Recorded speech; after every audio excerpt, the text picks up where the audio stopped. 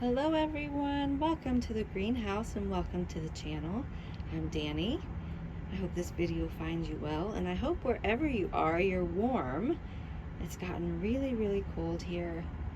So today I wanted to do an update video because I have changed some things here in the greenhouse, and now that it has dropped down into the teens and we've got snow, I wanted to update you on how the insulation and the mulch I laid down is working. Today's video is brought to you by orchidsupply.store.com. They have everything you need for your orchid hobby and your houseplant hobby. They have great different types of pots and media. If you enter the coupon code DANNY, D-A-N-N-I, you will receive 12% off. So that's especially great. Now let me get into showing you everything that I've switched around here in the greenhouse. Most of my collection, orchid-wise, are no ID phalaenopsis, winter blooming phalaenopsis. And the issue I was running into was not having enough shelf space for all of them, like 95% of them are spiking, for them to grow their spikes. And as you can see here, look at all the blooms. They're starting to open. Look at all of the spikes. And what I had to do was move my Cattleya and Brassavola hybrids that sat on this top shelf and this top shelf. I had to move them to bottom shelves and just random spots here in the greenhouse. And I had to move some house plants so I could make room for everything that is spiking. Not just phalaenopsis, but most of them phalaenopsis. So over here, from one corner wrapped around all the way to the next corner, we have orchids that are spiking, budding, and blooming. This Sherry baby here has 4 spikes. There's a phalaenopsis right there, spiking. I moved some of the house plants off of this table here.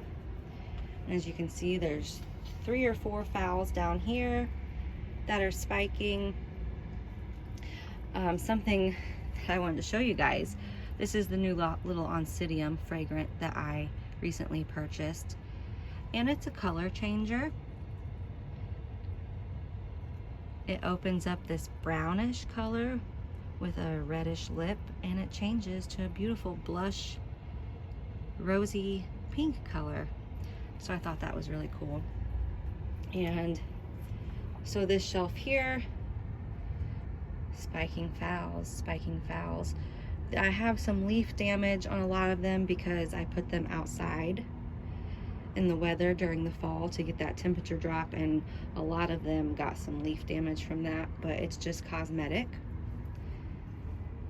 We have this one right here that's beginning to open. This is my son's orchid. This one that's beginning to open. Look how beautiful that lip is, and the polka dots, the speckles. This one right here.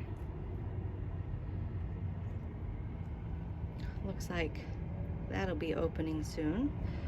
And so right here, all these phals. There are 1, 2, 3, 4, 5, 6, 7, 8, 9, 10 or 11 up here. Some of them double spikes. Little mini phal. Look how purple this mini phal is. Beautiful. I do have some summer bloomers. Most of them have stopped budding and spiking, but I do have a couple that are sending off buds and new spikes. Double spike right there. This phalaenopsis with the terminal spike is producing a keiki right there and a second branch right here, and I will be removing this keiki soon. And onto over here,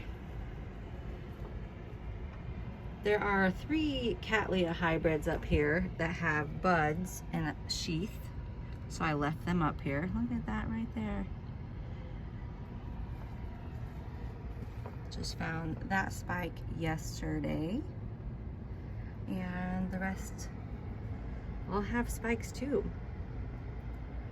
So that's what I spent most of my day doing yesterday, rearranging, making sure everything that was spiking had room to grow their spikes. I did miss a couple down here, spiking phals, so I'll find room for those later. Now let me update you about how the insulation is working and how the mulch is working. Like I said, it's just now starting to dip into the teens and snow, and I do live in Northeast Ohio, just a few miles away from the Great Lakes, so the wind is really ferocious, and the wind is what really, it's the thing that I have to battle. If the wind wasn't so bad, it'd be a lot easier keeping the greenhouse heated. So right now it's 77 degrees in here and 52% humidity. The humidity got as low as 48% last night, and the temperature got as low as 68.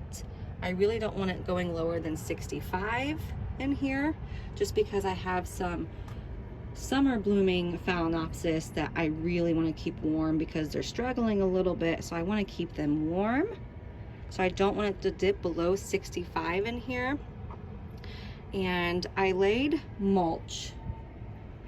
It always stays wet right here because this is where I water, but I laid about I think a 3-inch layer of mulch down on the entire greenhouse, and I was hoping that would help hold the heat better than the stone did last year because the floor got so cold, and it is helping. Something else that helps is the BubbleWrap. The only thing I don't like about the BubbleWrap is it holds moisture, so anytime it gets knocked, all of the water gets dripped down into the crown of my phals. So I have to really make sure that I have really good airflow happening in here so that the phals don't get crown rot. Last night was the first night that I had to run 2 heaters, and like I said, that is the lowest it got in here last night. I prefer not to run 2 heaters because of my electric bill, but I have to. The mulch isn't helping to the extent where I don't have to run 2 heaters. If I didn't have summer blooming phals in here, I wouldn't run 2 heaters. I would keep it with just 1 heater. Now, something that is a really big pain in the butt is this door with this Harbor Freight greenhouse. Once it gets cold enough, freezing temperatures, the door freezes overnight, or if it's not opened every hour or so. And what I mean by that, it freezes on this track right here. Right here, ice builds up, so you can't open the door because it has a little wheel right here and it rolls. So what I have to do is go in the house and get really hot water and dump it on here, melt that ice back so I can open the door. But the issue is when I go inside and I stay inside, and it freezes, and then I'm in there inside and I can't get out. So if you don't ever hear from me for a week or so, it's because I'm locked in there. This is the main heater I use. I think it was bought from Home Depot. And this heater here has a thermostat set on it and a high-low option. During the day I turn it down, but at nighttime it goes on high. And when I run 2 heaters, let me show you the second heater. This is the second heater. This has no thermostat on it, so it will not shut off when it gets too hot in here. This one does. So when it gets too hot, it shuts off. If it dips down too low, it kicks back on. Now, as soon as the sun comes up, even if it's a cloudy day, the greenhouse heats up right away, and I can take away that second heater and turn this heater with the thermostat down. And I really think that has a lot to do with the mulch as well, because last year I was running a second heater all the time. So the mulch has helped tremendously, but not enough for me not to run 2 heaters as of right now. So that's the little update happening in the 6x8 Harbor Freight greenhouse. I'm gonna have lots and lots of blooms to show you guys soon, and I don't think I should add any more no ID Phalaenopsis hybrids to my collection until I get a bigger greenhouse and more room. That's what we all say though, right? Anyways, you guys, happy growing. I'll see you next time. Stay safe.